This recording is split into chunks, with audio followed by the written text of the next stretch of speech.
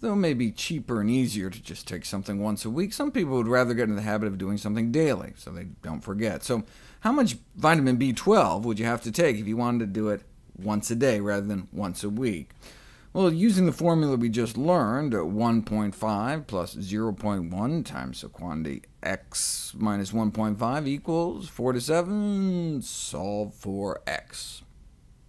I'll wait. Once a day, 250 micrograms or more is all we need. You can put it next to your toothbrush to remind yourself.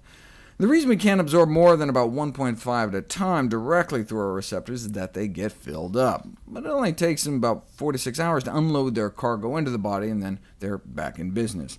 So if we got B12 3 times a day, breakfast, lunch, and dinner, we could absorb 1.5 each time and end up with 4.5 at the end of the day, which is all we need. And those kind of doses we can get from fortified foods. The so-called daily value on nutrition facts labels for B12 is 6 micrograms. So as long as each serving contains 25% of our daily value, then we can eat a serving of B12 fortified foods at every meal, and we wouldn't have to take supplements at all.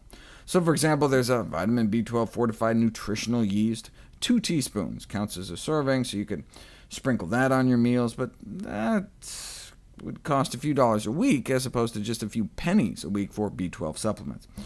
Whichever path you choose, these are not just recommendations for people eating plant-based diets, they're for anyone who wants to get a cholesterol-free source of vitamin B12.